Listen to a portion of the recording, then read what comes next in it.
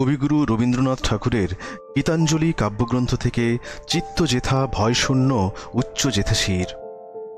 চিত্ত যেথা ভয় শূন্য উচ্চ জেথাশির, জ্ঞান যেথা মুক্ত যেথা গৃহের প্রাচীর, আপন প্রাঙ্গণ তলে দিবস সর্বরি, বসুধারে রাখে নাই খণ্ড ক্ষুদ্র করি।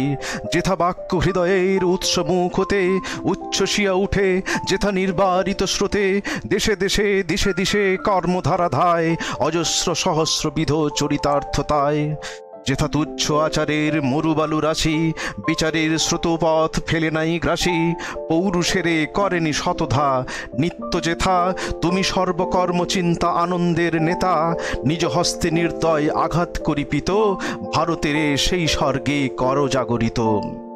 Where the mind is without fear and the head is held high, where knowledge is free, where the world has not been broken up into fragments by narrow domestic walls, where words come out from the depth of truth, where tireless striving stretches its arms towards perfection, where the clear stream of reason has not lost its way into the dreary desert sand of dead habit, where the mind is led forward by thee into ever-widening thought and action, into that heaven of freedom, my father, let my country awake.